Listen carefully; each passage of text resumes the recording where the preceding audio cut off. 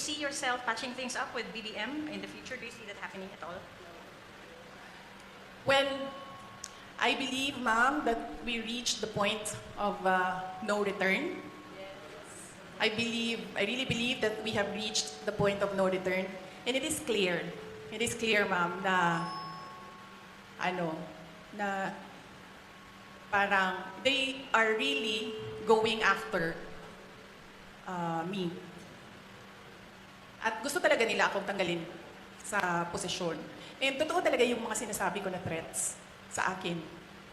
Bago pa man nangyari yung kaguluhan sa House of Representatives noong nakaraang Friday, documented lahat ng threats sa akin, sa Office of the Vice President personnel, and even sa aking family. So,